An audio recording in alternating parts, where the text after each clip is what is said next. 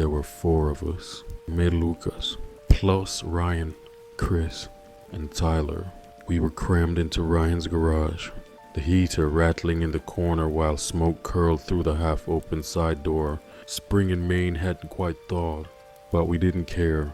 Ryan had just cleaned us out with a smug full house and was halfway through another bottle of bourbon when he leaned across the table. "You still got a pulse." "Lucas." I frowned. "You mean, do I have a problem with you bluffing like a sociopath?" He grinned. "I mean, do you still know how to take a dare?" Chris snorted. Tyler shook his head like this again. "You used to be the first one to cannonball into the river," Ryan said. "Now you flinch when your phone rings." "I've evolved," I replied. He poured another shot and slid it toward me. "You've softened." I tossed it back, more annoyed than I wanted to admit. "All right, what brilliant challenge do you have in mind?" Ryan's grin widened. "Wyndham Grove." I blinked. "You're kidding." "Nope." Chris sat up. "Wait, the amusement park." Ryan nodded. "Still standing?" "Mostly." "You want us to go there?" Tyler asked, already regretting it. "Tonight? You're insane," I said flatly. "You said you weren't scared." I stared at him, then at the empty bottle of bourbon, then back at the same jackass who once convinced me to streak across the high school football field in January. 10 minutes later, we were in the car. Ryan drove. Of course, we passed through town in that eerie, late-night stillness, where even the neon signs seemed to dim in anticipation, past the strip malls and the old drive-in theater, out into the woods, where the sky turned darker than the trees. The gates were exactly how I remembered them. Tall, rust-flaked iron wrapped in ivy. The sign above, Wyndham Grove Family Fun Park, hung sideways on one chain, creaking every time the wind nudged it. Beyond that, the rides stood like monuments to something long buried. The Ferris wheel frozen mid-turn. The carousel horses chipped and warped. The tilt-a-whirl collapsed in on itself like a dead insect. We parked under the trees and approached the fence, what was left of it. A section had been peeled back years ago, probably by other idiots like us. Inside, the silence deepened. Colder, heavier. Every step felt like an intrusion. Chris muttered, "Why does it feel like something's waiting?" Nobody answered. Then a light blinked on ahead. Not one of ours. It glowed faintly orange, like an old floodlight swaying in the dark. Ryan didn't hesitate. "Come on." Tyler hesitated. "That's not part of the plan." "There is no plan." Ryan grinned. We followed. The midway was more decayed than I expected. Booths collapsed under their own weight. Stuffed animals shredded by weather and raccoons. A funhouse mirror lay face down, cracked and glinting faint reflections of our flashlights. Then we saw him, a man standing beneath the arch of the Demon Drop ride. Security uniform, middle-aged, pale, eyes just a little too still. He looked up as we approached, didn't flinch, didn't raise a flashlight or badge, just said, "You boys picked a strange night to come back." We froze. Chris cleared his throat. "Oh, sorry, we were just looking," the man said. "Everyone comes back eventually." He had a name tag. It read, N. Carter Wyndham Grove Security. Ryan, always the spokesman for bad ideas, stepped forward. "We used to come here as kids, just feeling nostalgic." The man smiled, but the smile was too wide, slow, like he was remembering how to do it. "You want to see something interesting?" he asked. I looked at the others. Chris looked ready to bolt. Tyler had already turned halfway back toward the car. Ryan, he was already moving forward. Of course, we followed, because we always did. And Nate Carter led us toward the Demon Drop, without a word, like he already knew we'd come for the ride. The Demon Drop was always the scariest ride in Wyndham Grove. A vertical freefall tower, painted black with flame decals and cheesy gargoyle faces, meant to mimic a drop into hell. As kids, we dared each other to ride it. Most of us chickened out. Only Ryan had gone on it back then. Now it stood intact, too intact, while everything else had crumbled. This tower looked recently restored. The paint was sharp. The seats weren't rusted. And above the ride, the neon letters still flickered red. Prepare to fall. I slowed as we approached. This doesn't make sense. Why is this ride still running? Nate Carter stopped at the control booth without answering. He flipped a switch. The sound of gears grinding to life echoed across the empty park. Lights lit up along the tower. The ride was functional. Chris whispered, "No way. That thing should have collapsed years ago." "Some things," Nate said without turning, "keep themselves in working order." Ryan clapped his hands like a kid. "Hell yes. We're doing this." Tyler shook his head violently. "Are you insane? We just broke into a condemned park and you want to ride something that should have been scrapped before the Bush administration." Nate looked at Tyler, then his eyes oddly calm. "You'll be safe. The ride chooses carefully." That line made my skin crawl. I should have said no, should have walked away. But Ryan was already climbing into the ride car, strapped in like he had nothing to lose. Chris looked at me. "We can't let him go alone." Tyler's voice cracked. "Lucas, man, seriously, this feels wrong." He was right. It felt deeply wrong. But my legs moved anyway, because part of me needed to prove I wasn't the coward Ryan thought I was, because something about the ride called to me. I stepped in, sat beside Ryan. Chris joined a second later. Tyler stood back. "Torn, suit yourself," Ryan said. Nate closed the safety bars with a hiss. Then he leaned in, too close to my ear. "Keep your eyes open," he said softly. "It's polite to look your host in the face." I didn't get a chance to respond before the car jerked upward. We began to rise. And rise. The world below shrank into a dream. I could see the entire park, twisted ruins of cotton candy booths, torn banners, the skeletons of dead rides. Chris whispered, "Why is it so quiet?" No wind, no creaking metal, just the hum of rising. Then everything stopped. We hung in midair. I looked around. Is this where we drop? But there was no countdown, no music, just silence. Then something changed. I didn't hear it, I felt it. A pulse in my head, like a sonar ping from the inside. Ryan clutched the safety bar. What the hell is that? The sky around us shimmered. Or maybe it was our eyes, like everything had been coated in oil colors, bending, folding, twisting. I tried to speak, but my mouth wouldn't move. Then the question started, not aloud. Inside, in my thoughts, a voice not my own speaking without sound. "How do you store your nuclear payloads? What is the maximum distance of your intercontinental weapons? How does your species process grief?" Each question struck like a blow. Images followed, rapid flashes of dissection, warfare, birth and burial. A whirlwind of human trauma compressed into split seconds. Chris let out a muffled scream. Ryan was shaking, eyes wide, bleeding from the nose. I tried to close my eyes, but something forced them open, forced me to watch. Then the ride shifted again. It wasn't mechanical anymore. We were moving sideways, impossibly so, through walls of smoke and broken light, through memories I didn't recognize but somehow felt deeply. Then I saw Nate. But not as a man, as a thing. His skin peeled back like paper, bones bent at wrong angles. His face stretched into a blank oval. No mouth, no eyes, only a smooth canvas of pale flesh. A hand reached out to me, not in malice, in curiosity. I screamed, and when I opened my eyes again, we were back at the base of the tower, except it was only me. And Nate's severed head was resting in my lap, still wearing that security cap, still smiling. I threw it, scrambled out of the seat, and collapsed on the gravel. Ryan and Chris came running from the far side, faces pale, mouths moving, shouting my name. Tyler stood yards behind, frozen in horror. "Lucas, what the fuck happened?" Ryan yelled. I couldn't answer, because all I could see was the impression Nate's body had left on the seat next to me. It hadn't been empty. I didn't realize I was screaming until Chris grabbed me by the shoulders and shouted, "Lucas, stop." I choked on my breath, crawling backward across the gravel. Eyes still locked on the seat where Nate's head had been, except now it was gone.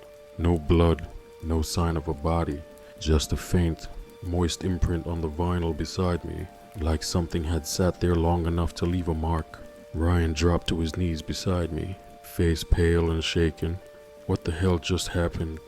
Man, you were gone. Like literally gone. 1 second you were in the ride. The next poof, that thing shot upward, then came back down without you. We ran to the other side and then he trailed off. Staring at my hands, I looked too. Blood, not mine, fresh, sticky, and it smeared across my palms like war paint.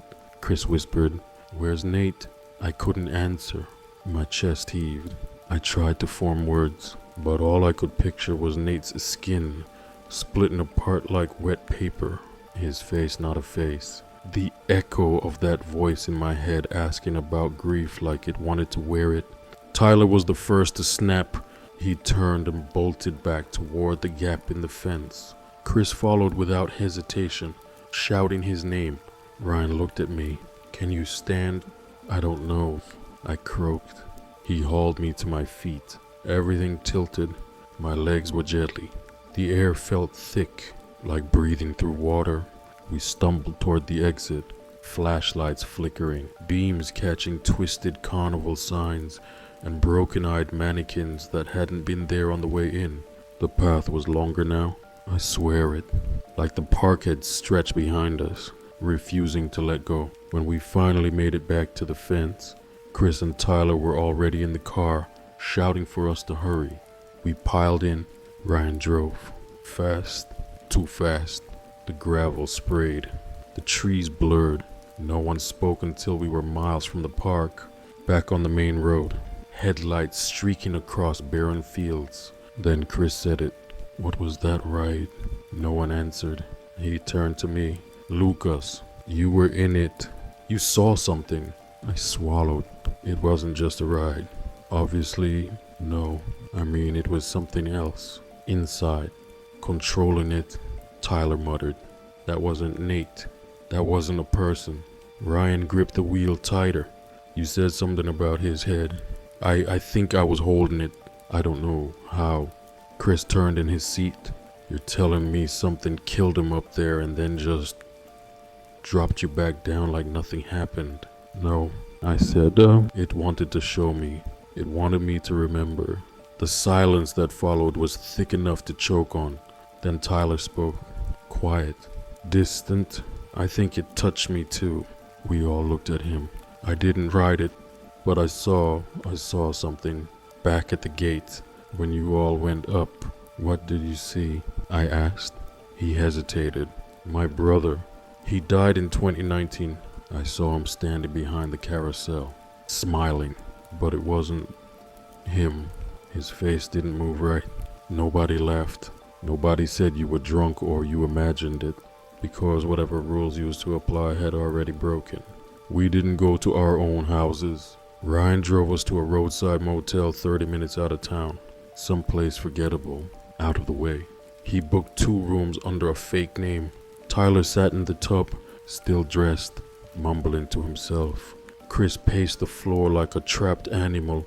I tried to sleep, but every time I closed my eyes, the questions came back. What do you fear most about being forgotten? How long does your kind live? Do you scream before death or after? I heard them in my own voice. And worse, I heard them responding. Something alien, ancient, feeding. At 3, none of these up. I woke up vomiting. On the floor, by the window, there was a wet trail, like something had stood there and dripped. The carpet squelched under my bare feet. I didn't sleep again. None of us did. The next morning, none of us said a word about what happened. Not at first. We left the motel in silence, eyes bloodshot, hands trembling. The breakfast room smelled like stale eggs and burned coffee. Chris pushed scrambled eggs around on his plate for 10 minutes without taking a bite. Tyler just stared at the TV above the counter, not blinking, not even registering the weather report. I felt like I was watching someone else's life from behind a glass wall. Ryan broke first. As we loaded into the SUV, he asked, "Did any of you have dreams?" Chris shut the door a little harder than necessary. "What kind?" "Not dreams. More like memories that didn't belong to me." I froze. "What did you see?" He looked at me like he was afraid I'd confirm it. I was walking through a hallway, white walls, no ceiling, just open sky above me, and rows of tanks filled with people. Not dead, not alive, just stored like they were waiting for something. Chris went pale. I saw that too. Ryan turned to the back seat. Tyler didn't respond. He was staring out the window, his hand tapping slowly against his knee. "Hey," I said softly. "You with us?" He nodded, but it wasn't convincing. I looked over at Ryan. "We need to check the car." "What?" I pointed to the back. "The trunk." He hesitated, then slowly pulled over to the side of the road. We stepped out onto the shoulder, the morning light too bright, too normal for what we were about to do. Ryan popped the trunk. The moment the door lifted, a wave of rot hit us like a slap to the face. Chris gagged. Inside, wrapped in an old blue tarp, was something. Ryan reached for it, but I stopped him. Gloves. He grabbed a pair from his toolbox. We peeled the tarp back, and there it was. Nate's head, perfectly preserved, eyes wide open, a smile still carved across his lips. But it wasn't just the head. The eyes moved, just slightly, but enough to send all of us stumbling backward. Chris slammed the trunk shut. Tyler started hyperventilating. Ryan cursed under his breath, pacing like a caged dog. How the hell is it still here? I didn't put it in the car. I swear, I didn't accuse him, because I believed him. We stood there for a full 5 minutes, breathing in through our shirts, trying to come up with a plan. "We have to get rid of it," Chris said. "Burn it, bury it, something. Burning might not work." Tyler whispered, "What if that's what it wants?" We all turned to him. His voice was shaky but clear. "What if it's part of the ride, a piece of whatever it was, and it needs to stay close to us?" I stared at the trunk like it might open again, or maybe it's tracking us, watching. Ryan slammed the trunk again just to be sure. "We dump it in the river?" "Today," but it was already too late. That night, when I got home, I found pictures on my phone that I never took. Photos of us on the ride. Me, strapped in. Ryan screaming. Nate not as a person, but that blank, stretched mask of skin reaching toward the camera. Worse still, the last photo was a live photo, and in the 3 seconds of motion, Nate turned toward me and smiled. We didn't waste time. We picked a secluded spot off Route 7, near an old maintenance road that led to the backwoods. No houses nearby, no comidas, just trees thick enough to swallow sound and sight alike. Ryan parked the SUV half on a gravel path, and we opened the trunk again. The tarp was soaked through, still smelled like rot, still pulsing with that sour, coppery stench. But the head Nate's head was exactly the same. Eyes open, smile fixed, no decomposition, no bloating, just stillness, like it had been pulled from time and placed in our reality as a placeholder. A warning. Chris brought lighter fluid. I had a crowbar and a shovel. We found a small clearing and laid the head in the center of a pile of dry pine branches. No one said anything. We couldn't. The air around us had shifted again heavier, like the forest was leaning in to listen. I doused the pile in fluid. Chris lit the match. The fire caught fast orange and hot and angry, but the head didn't burn. Not really. The skin bubbled. The hair curled, but instead of blackening into ash, it cracked in beneath. There wasn't muscle or bone. There was something else, something smooth, metallic, moving. Tyler screamed. The flames flared once blue and then went out. Instantly, like someone had cut the power to a projector. The head sat in the middle of the extinguished pile, untouched. Chris backed away. Nope. Nope. I'm out. He turned and threw up in the bushes. Ryan was pale. We dig now. We buried it 3 feet deep, covered it with soil, sticks, rocks, then walked back to the car in silence. None of us believed it was over. We were right. That night, I woke up at 1. To set you up, the exact time stamped on the ride ticket I'd stuffed into my jacket pocket. The same ticket I'd burned in the motel's sink the day before. Now it was back on my desk. Edges, sins but legible.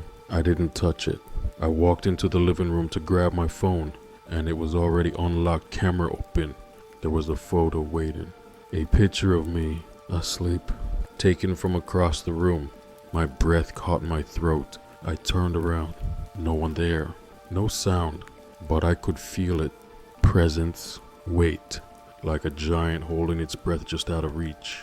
The next day, Ryan called. Something's wrong with Chris. What happened? He says he's missing time. Hours. Says he woke up in the bathtub last night, fully clothed, water running, bleeding from the nose. He doesn't remember getting in. I didn't know what to say. Ryan continued. And Tyler says he's hearing a voice outside his bedroom window. Every night, same time, always the same voice. I already knew what he was going to say. He says it sounds like Nate. Tyler sounded different on the phone, not just scared, fractured.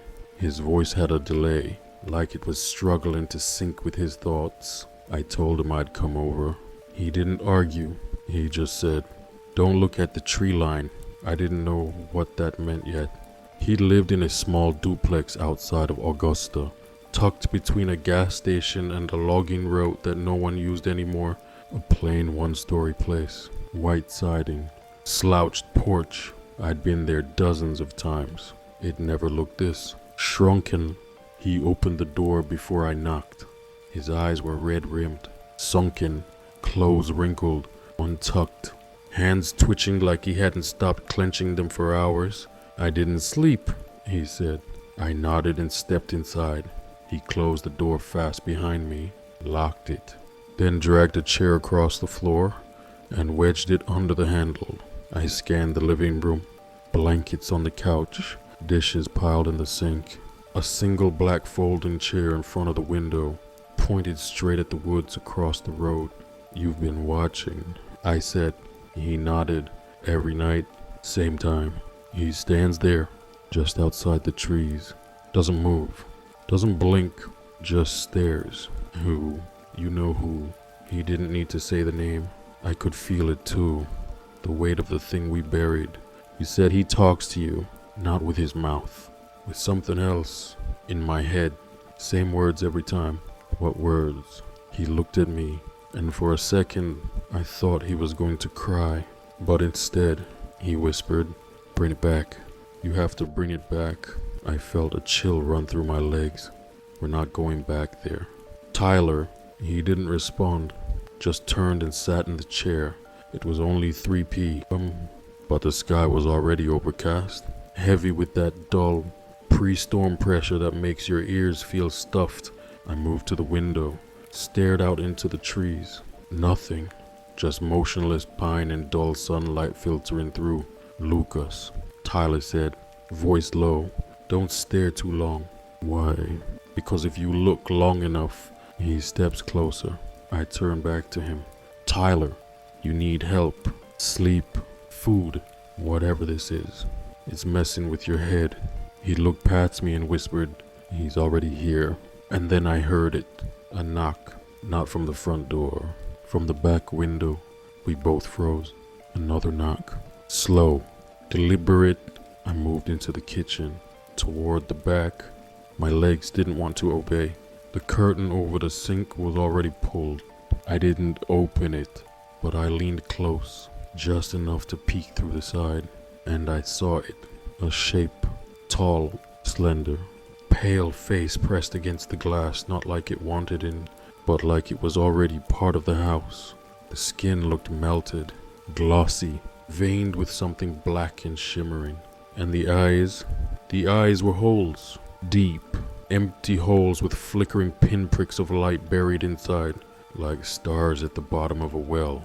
The face tilted slightly, like it could see me, even though it had no pupils. Then it vanished, just blinked out. I stumbled backward, nearly tripping over a chair. Tyler hadn't moved. He was still staring out the front window. He's been splitting, he muttered. Doubling. There's more than one now. What does that mean? He didn't answer. I stayed with him until dusk. When I left, I checked the perimeter. Every window, every corner, nothing. But as I backed out of the driveway, my headlights caught a figure in the tree line, motionless, watching. Same blank face, same impossible stillness. I blinked. It was gone, but the feeling stayed with me, like someone had slipped a needle beneath my skin and left it there, humming quietly in the dark. Chris called me the next morning. His voice was hoarse, like he hadn't spoken in days. I almost didn't recognize it. I need you to come over, he said. Don't bring the others, just you. I hesitated. Chris, what's going on? A pause. Then, I think I'm being used. That was enough. I drove to his apartment in Waterville, an old 3-story brick building near the Kennebec River. I'd been there before guys' night, movies, beers. It never felt haunted, not until that day. He opened the door wearing a hooded sweatshirt, drawstrings pulled tight around his face. He looked like a kid hiding from thunder. His eyes were bloodshot, not just tired, worn down. He didn't say hello. He just stepped aside and let me in. The apartment was dim, blinds drawn, no lights on. A single lamp flickered in the corner, but it wasn't plugged in. That should have been the first sign. Sit, he said. I took the chair across from him. I've been losing time. He started, like, full hours, maybe more. I'll be watching TV or cooking, and then suddenly I'm somewhere else. He nodded. Tuesday night. I woke up in my dad's old garage in Belfast. Haven't been there in years. Door was locked from the inside. No phone. No memory of driving. I frowned. And you're sure it wasn't sleepwalking? He looked up. I was holding something. He reached behind the couch and pulled out a box. Inside were objects, familiar objects. An old Wyndham Grove ticket stub. A broken plastic ring from one of the park's claw machines. A charred piece of the Demon Drops safety harness. You remember that black burn on your jacket after the ride? He asked. I nodded slowly. This matches it, he said. Smells the same, like burnt plastic and metal, but stronger. I leaned closer. He was right. It reeked. Chris ran a hand through his hair. Lucas. I didn't go back there. I swear to you. I don't even remember how I got any of this. I think I'm being used. Used how? He hesitated, then said it. To bring things back. I felt my stomach knot. He continued. I think the ride opened something, and now it's leaking, using us as anchors, like a tether to this world, and I'm the one it's hitching through.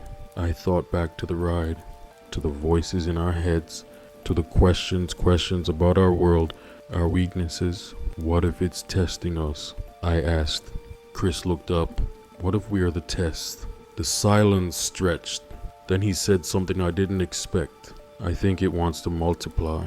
It's not trying to kill us. Lucas is trying to copy us. I see flashes in the blackouts of me, not me, talking to strangers, walking in my clothes, looking through my eyes. I think it's practicing. I stared at him. Practicing for what? He didn't blink, just said, replacement.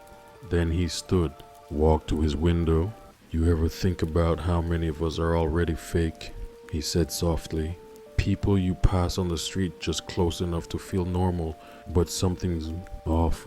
Eyes is too blank, words too slow. Chris, I think it started with us, but it's not going to end here. Just then, the lamp in the corner sparked. Even though it still wasn't plugged in, he turned, and his face changed. Not physically, but the look behind his eyes went dark, like something else had slid into the room behind them. "Lucas," he whispered. "Yeah, if I ever stop sounding like me." He turned back to the window.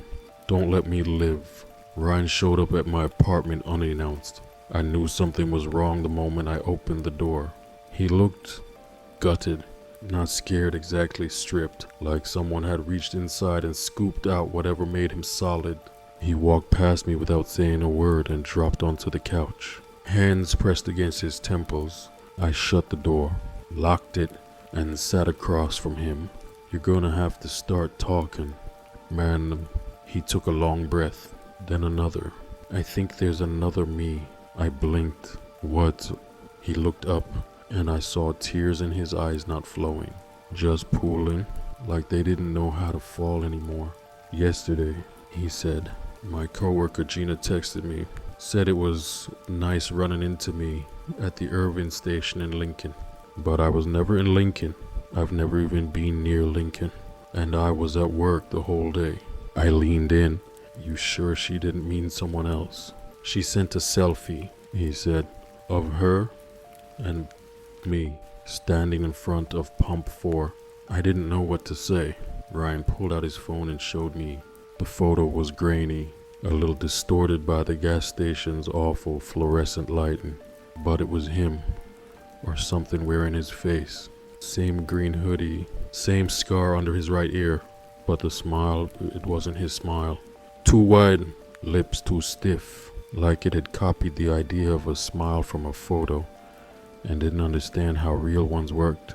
"Did you ask her anything?" He nodded. "I asked what we talked about. She said he kept asking weird questions about fuel transport, roads, how often people worked overnight shifts. Said I laughed too hard, like I was drunk, but you weren't there." "No, and here's the worst part." He stood and walked over to his backpack, pulled something out wrapped in a black grocery bag. He handed it to me. Inside was a receipt from the station, paid in cash, time-stamped one, 7 the same number that kept showing up again and again. The time I rode the demon drop, the time the ticket reappeared, the time the knocking started. The receipt had one more thing printed at the bottom, something Gina hadn't mentioned. "See you again soon. Ryan." Handwritten in red ink. My mouth went dry. "You think that was Nate?" "I think it was something inspired by Nate," he said. "Or maybe something that used him as a shell. I don't know. But it's copying, that much I'm sure of." He started pacing. "I've been checking cameras, security footage, doorbells, public webcams. I think there's more of them. Copies, not just of me, of people we don't know. Faces you swear you've seen before but can't quite place. Standing in crowds, sitting on buses, watching. Have you told anyone else?" He looked at me like I was a fool. Who would believe this? I didn't respond. He kept pacing. "Whatever came from that ride, it isn't just some alien monster or ghost or thing. It's organized. It's learning. It's studying us, watching how we move, how we talk, then slipping into our cracks like a virus." He stopped and looked at me. "You ever hear of parasitic mimicry?" I nodded. "Octopuses, insects, deep sea creatures." "Yeah, well, imagine that, but for identity." A long silence stretched between us. Then he added one more thing. "Last night, I looked in the mirror, and for a full second, my reflection didn't move when I did." Tyler stopped responding. No calls, no texts, no posts. At first, we thought he was spiraling. Maybe finally gave in to the pressure, disconnected on purpose. But after 48 hours, Ryan got worried. I pinged his last known location. He told me, still at his apartment, hasn't moved in 3 days. We didn't wait. We drove out that night. His complex looked the same, quiet, suburban, half a dozen matching beige buildings with a dying maple in the front lot. Everything looked perfectly normal, which, by now, was the biggest red flag of all. We knocked. No answer. Knocked again. Louder. Still nothing. Then Ryan pressed his ear against the door. Something's humming, he whispered. We exchanged a look. Then he pulled out the flathead from his glove box. 2 minutes later, we had jimmied the lock and stepped inside. The smell hit us first. Not rot ozone, like the air right before lightning strikes. The apartment was dark, but not pitch black. The living room glowed faintly blue, like an aquarium light left on in the middle of the night. "Tyler," I called. No answer. We moved through slowly. Furniture was in place. Couch, TV, bookshelf, but everything felt slightly off-tilted, like it had all been nudged a few inches out of alignment. Then we heard it, a low pulsing tone, like a dial-up modem trying to connect to something ancient. It was coming from the bedroom. We moved as one. Ryan turned the knob slowly, inching the door open, and there he was, Tyler, sitting cross-legged in the center of the room, shirtless, eyes closed, arms out to either side like a mannequin at rest, and his mouth was open wider than humanly possible. A soft blue light was pouring out of it, pulsing with the same rhythm as the tone we'd heard. I took a step forward. Tyler. His eyes snapped open, but they weren't eyes anymore, just endless black, reflective and deep. I froze. He tilted his head, and his jaw creaked downward another inch, impossibly low now, nearly to his chest. Then, in a voice that sounded like 20 people talking over each other in perfect sync, he said, "We are signal now." Ryan pulled me back just as Tyler's body convulsed. He collapsed forward onto his hands and knees, and then he spoke again, but this time his real voice. "Help me." It was faint, barely audible under the hum. Then he twitched again and froze, mid-motion, like someone had hit pause. The room filled with that awful modem noise again, louder now. The light from his mouth intensified, flashing fast like a strobe. I grabbed Ryan's sleeve. "We have to go." He didn't argue. We ran out the door, down the hall, back into the night. Neither of us spoke until we were halfway to the car. Only when we hit the main road did Ryan finally say, "That wasn't Tyler anymore." I didn't respond. I was too busy replaying the moment his real voice broke through. Because if he could still speak, then maybe he was still in there, buried inside whatever used him as a transmitter. We didn't sleep that night.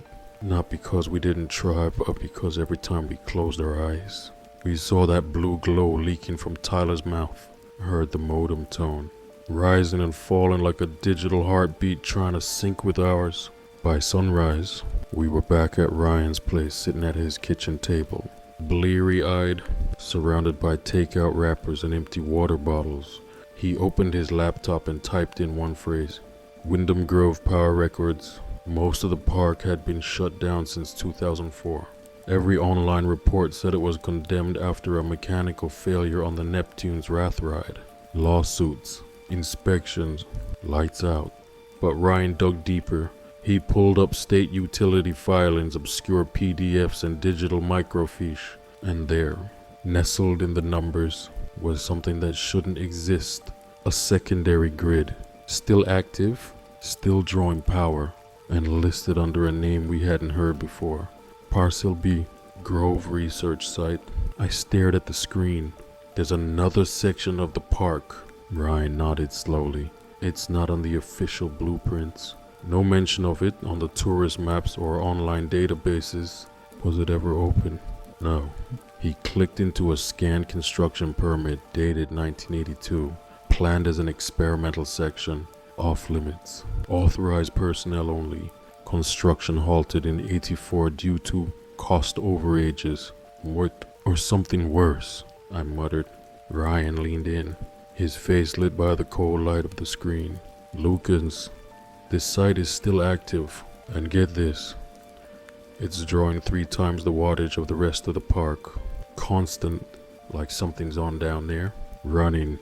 Generators." He shook his head. "It's pulling from the state grid. High priority lane. Can we find it?" He smiled grimly. "I just did."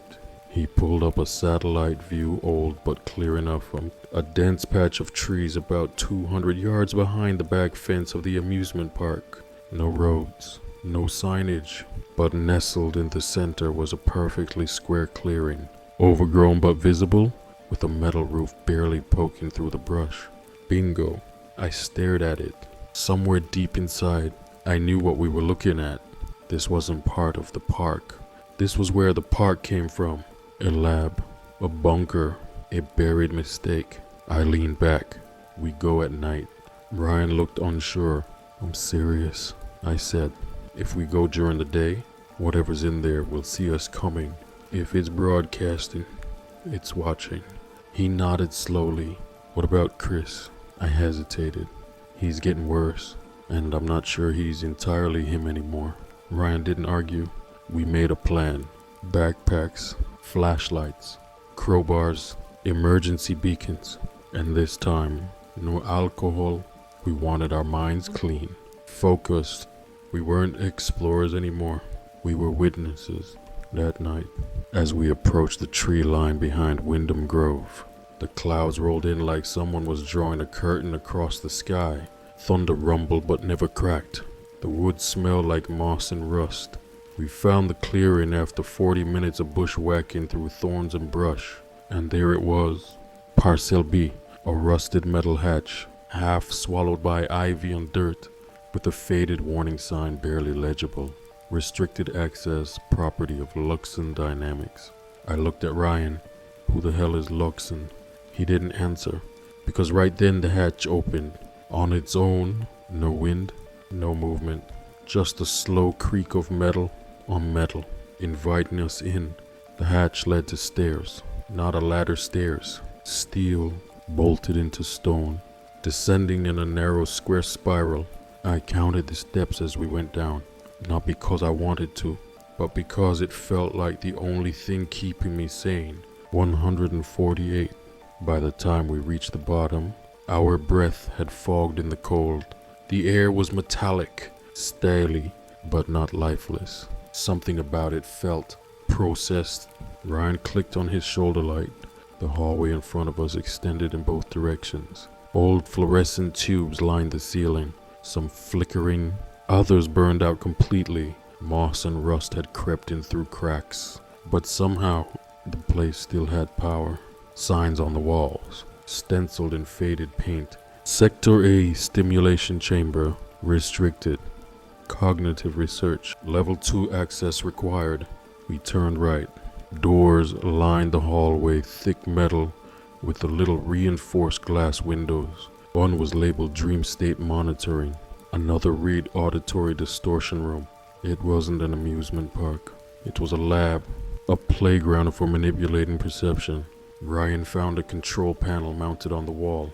He tapped a few buttons, and a nearby screen sputtered to life. The interface was ancient CRT graphics, green text blinking on black, a login prompt. He tried something dumb. Achmina, password, Luxona 2183. It worked. A list of files popped up. Project Pantomime, Grove Simulation Reports, Neural Replication Pattern, Beta Failures, Visitor Log, Incident 031784. I leaned over his shoulder, pull up the simulation reports. He clicked, and then we read something I will never forget. The simulation has become aware of observers. Initial responses were passive mimicry of simple human expressions and movement. As cognitive complexity increased, subjects reported auditory hallucinations and visual distortions. Phase 3 introduced a full-body avatar. Subject took form of deceased facility technician Carter. An entity responded aggressively when denied further stimulus. I felt my stomach drop. Nate, Ryan whispered. They modeled the demon drop on something in here. I said slowly, maybe the test reactions. But they didn't contain it. It escaped. It is not just a simulation anymore. He clicked into the visitor log. There were only 3 entries. Dr. Karen Bellamy, Clearance Alpha. Technician N, Carter lost. Unscheduled entity, tracking compromised. What the hell is an unscheduled entity? Ryan muttered. Before I could answer, a light down the hallway blinked on. We froze. Another door clicked open by itself. Then a noise, soft and liquid, like static drowning in syrup. We turned toward it.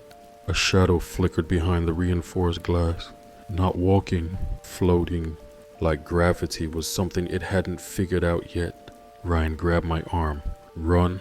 We bolted, past the chamber doors, past flickering lights. Something moved behind us, but never at the speed of sound, just always close enough to hear, but not see, like it was sinking itself to our pace.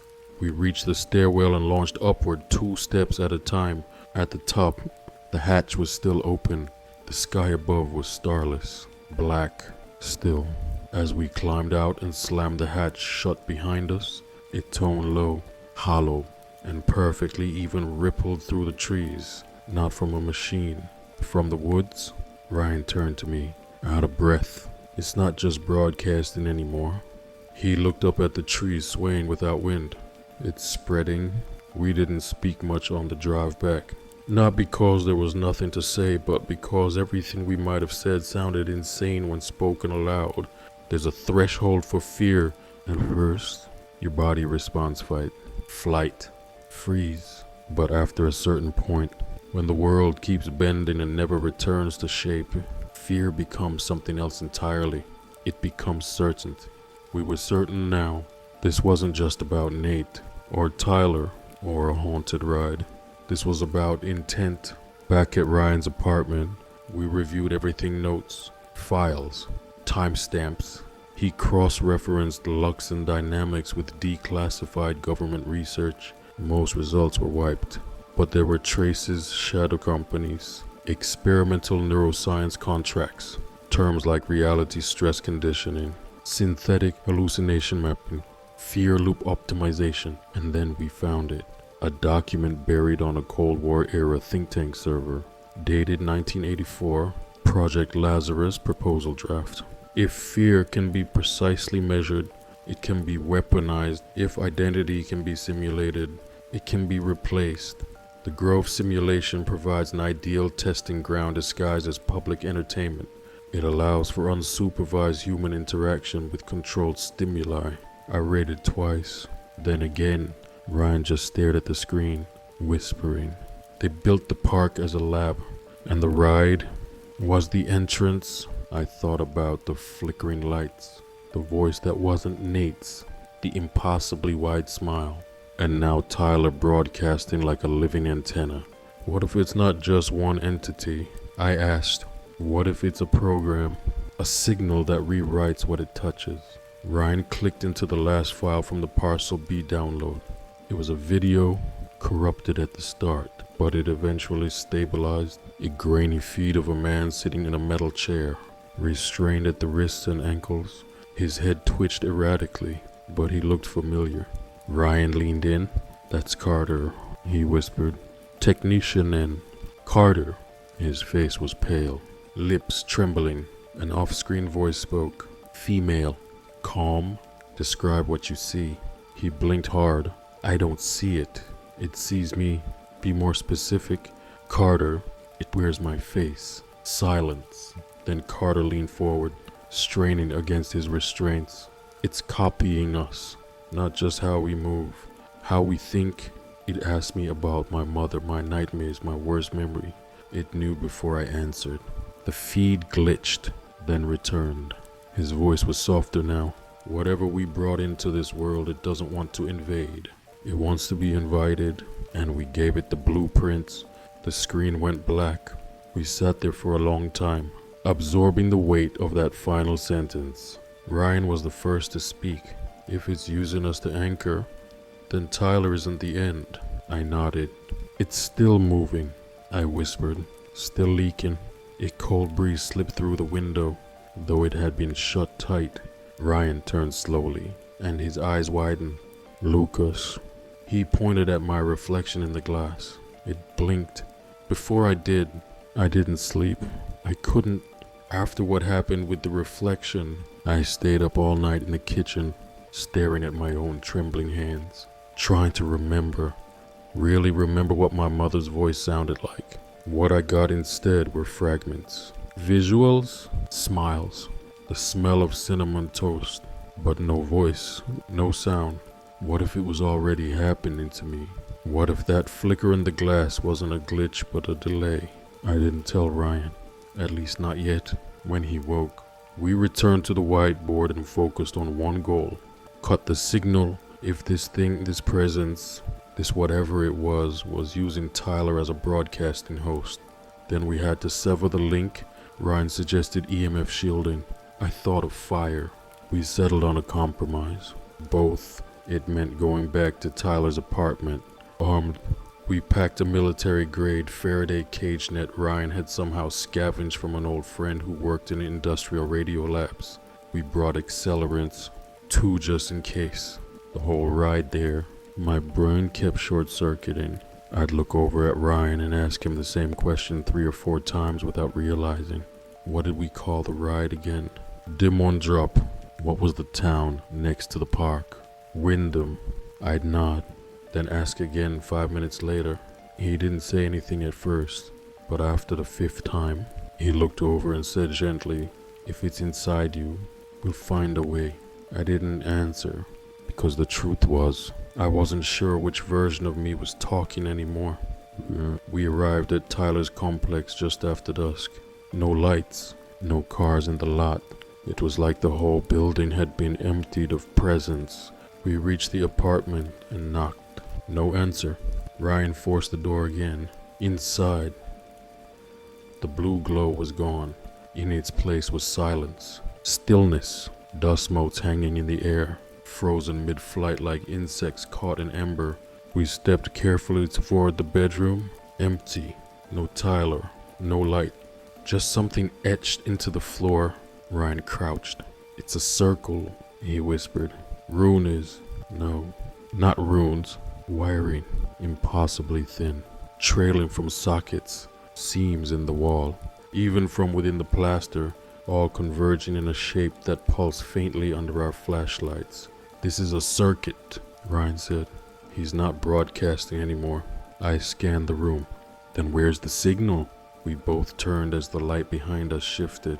A shape stood in the doorway. Not quite a man, not quite a shadow. It had no eyes, but it saw. I knew it did. Ryan moved, first through the cage net like a fisherman tossing it across a still pond. The mesh shimmered mid-air and wrapped the thing like a cocoon. A hiss, not like a voice, more like air escaping a collapsed lung filled the room. Then silence. I stepped closer. The shape twitched once, then slumped, and something slid out of its form. A single ID badge, scorched at the edges. Luxon Dynamics, Tier 3, clearance, Carter, N. Ryan exhaled. They were trying to trap it in him. They failed. I whispered, and then I said what neither of us wanted to say out loud. "If it's not here anymore, then where is it now?" We both turned toward the window and saw the distant glow of the amusement park's center tower. The one ride they never tore down, still spinning. We didn't speak much on the way back. The roads were empty, swallowed by fog, and lined with trees that seemed taller than they were a week ago. Or maybe we were smaller now. By the time we reached Wyndham Grove, it was past midnight. No stars, no moon, just that tower in the distance, barely visible beyond the fence, its blinking red light spinning like a heartbeat, trying to keep time with something ancient. Ryan cut the engine. "You ready?" "No," I said honestly, "but that hasn't stopped us yet." We stepped out, this time fully geared. Headlamps, EMF scanners, a handheld Geiger counter. Just in case, Ryan even brought a portable audio jammer set to loop the 7. 83 hertz. Schumann resonance supposedly grounding for the human brain. I don't know if any of it mattered, but I was glad we'd tried. The park felt different, not just empty watchful. As we pushed through the hole in the chain link fence, the familiar sights greeted us like old ghosts. The broken carousel, the collapsed funhouse roof, the burned snack shack, and, of course, the demon drop, still intact, still humming, still pulsing with that low subsonic rhythm that seemed to tune itself into your breath until you couldn't tell if your chest was rising on its own or by command. We circled the base. The ride's power core was still active. Ryan confirmed it with the voltmeter. He pointed to a nearby maintenance hatch, bolted but rusted. One way in. He forced it open with a crowbar. The door groaned like it hadn't been touched in decades. Inside, a narrow staircase spiraled beneath the ride. We descended slowly. The air grew colder, heavier, until the stairwell opened into a sub-level chamber not on any blueprint. Wires snaked from wall to wall, feeding into a single glass pod in the center of the room. Inside the pod was me, lying motionless, eyes closed, pulse visible at the neck. Identical. Same shirt, same scar above the brow, same mole on the left cheek. Ryan, I croaked. He stared at the thing in the pod, then turned to me slowly. Which one of you climbed the stairs? What? He raised the EMF scanner. It spiked when aimed at me, flatlined when aimed at the pod. No, I whispered. No, Ryan. I'm me. I remember the smell of your dad's cigars. Your brother's name was Henry. You cracked your rib jumping off the hotel roof in 9th grade. He didn't lower the scanner, and that's when the thing in the pod opened its eyes. They were perfectly human. Too perfect. It didn't blink, just stared and smiled, then spoke in my voice. I'm the cleaner copy. I stumbled back. Ryan cursed and yanked the power cables from the side wall. Sparks rained. The lights flickered. The pod shuddered. The thing inside began to convulse, mouth twitching into shapes it had no business forming. Then everything stopped. Lights, sound, even my own breath. And I heard it. A voice inside my head. You can destroy the body, but the memory remains. We are not interested in flesh. We are the imprint. I fell to my knees, felt blood trickle from my nose. Ryan grabbed me. We need to go now. We ran back up the stairs, out into the open air, back to the fence, to the car, to the road. Only when we hit the state highway did I realize I'd been crying silently for miles. Not from fear, but from one horrible, inescapable thought. I'm not sure which of us left that ride alive. It's been 6 months. I live in a different state now up in Vermont, near the edge of a lake where cell service barely reaches, and people still wave at each other on dirt roads. I changed my name, got rid of all my IDs, no social media, no forwarding address. Some nights, I wake up not knowing who I am, not metaphorically, I mean it literally. I'll jolt upright in bed, soaked in sweat, and it'll take me minutes to recall my name, my past, my shape, like I'm rebooting, like someone logged back in. I haven't spoken to Ryan in 2 months. Last I heard, he'd gone off grid completely, sold his car, cleared his bank account, vanished, not out of fear but strategy. He thought maybe we were being mirrored, not watched, not hunted, but replicated our every word.